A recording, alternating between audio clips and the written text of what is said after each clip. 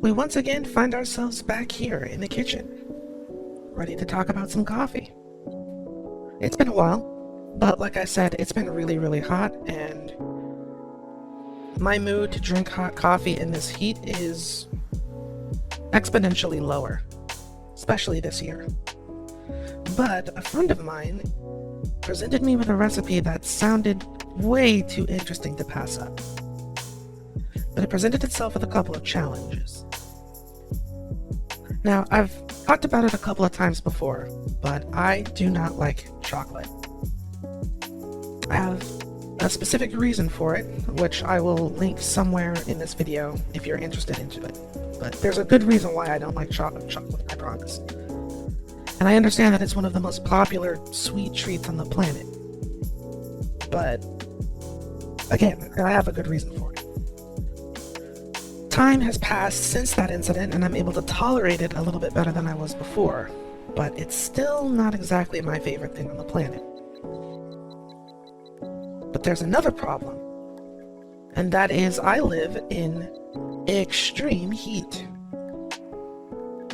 I just got done telling you that it was too hot to be drinking coffee, which means it's definitely too hot to be trying to buy and transport chocolate. Yes, even though we went to the store, bought the chocolate, and rushed it back as soon as we could so it wouldn't melt, it's Arizona. The chocolate melted. Now, depending on who you ask, putting chocolate in the refrigerator is a good or bad idea.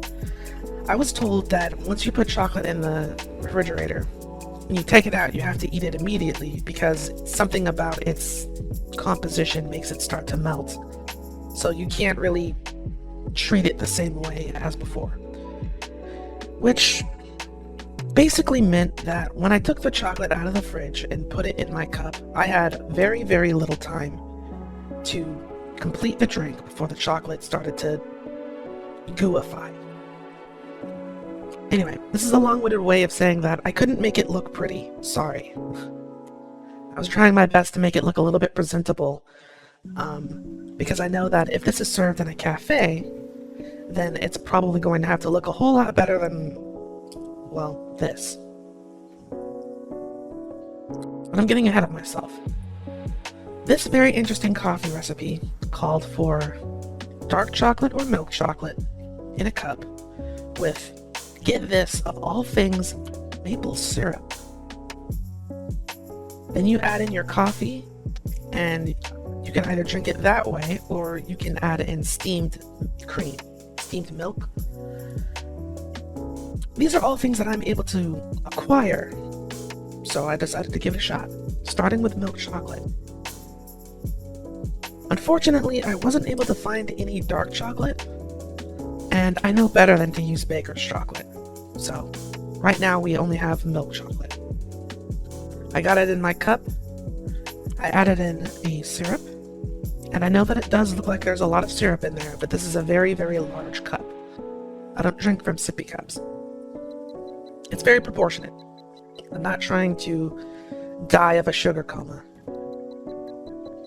The syrup goes in, the coffee goes in, the cream goes in. And it looked at first like a typical cup of coffee with the creamer in it. I couldn't notice anything on the smell, but I noticed that after I had stopped stirring, that the surface of the coffee was a little bit darker, the same color as the chocolate itself that I had put in.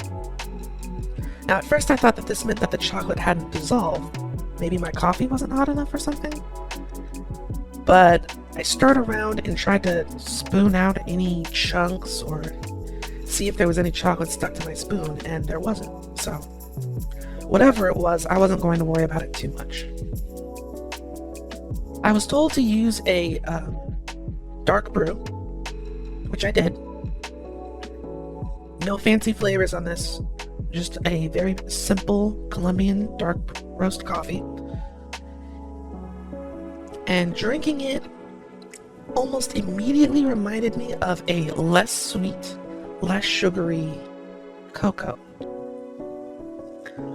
On the initial tone, it's very much that chocolate, but it's not. How do I describe it? When you're drinking hot cocoa, it's almost like a cup of candy, like a cup of chocolate. This is a little bit different than that because the initial taste is chocolate, but that bitterness from the coffee kind of tones it down a little bit. And then the maple syrup, you can taste that on the aftertaste. So it's like toned down chocolate, that coffee flavor that you're probably expecting, that coffee flavor you're used to, and then an aftertaste of very, very light syrup. So it almost tastes like something you would have at breakfast for sure. The whole combination reminds me of, this is really hard to describe, not because it's a foreign flavor, but because the way the flavors hit in such a sequence makes it really, it's familiar, but the order and the distinctness between the three tastes make it very hard to describe. Because it's not something that you would typically have back to back. You're not going to take a bite of a chocolate bar, then drink some coffee, and then take a bite of a pancake with syrup on it or something. You're kind of weird if you do that. But when I'm drinking this, all of those flavors in this combination somehow work together really well. Which is suspect, I'm not going to lie. Where did Momo's husband learn to make this? Where did he get the idea for this? When I discover recipes, I try to look into their origin. Is it just somebody who got curious about something to experiment? Is this from some traditional part of the world? Is it a historic thing, like with the colonial coffee pudding thing? Where did Nee learn to do this? What made him decide to try these things in particular? Because when I first heard of, when I was reading the recipe and the instructions said to put chocolate in, I was like, oh, okay, well, I know how that goes. It's chocolate and coffee. But when I read the syrup part, I was like, wait, what? Syrup, chocolate, and coffee? Who does that? What makes them do that? And why does it work? It's suspect. He's hiding something. He's definitely hiding something. All in all, this is absolutely a drink that I can recommend. I think that a higher quality chocolate will give you a much better flavor. I'll go ahead and admit it, I just used Hershey's chocolate. There were other options like Ghirardelli or Lindt, but I think that those candies, I've had them before, I think that they're overhyped. And they're way more expensive. I'll admit that they taste better, but not by enough to justify the cost. Like, it's only slightly better. So I was like, you know what? A Hershey's chocolate bar is plenty. We'll do Willy Wonka proud. But I do have another surprise. I wasn't able to find the dark chocolate, and I only had milk chocolate. But I did get my hands on something else that wasn't a part of the recommended recipe. So stay tuned for part 2.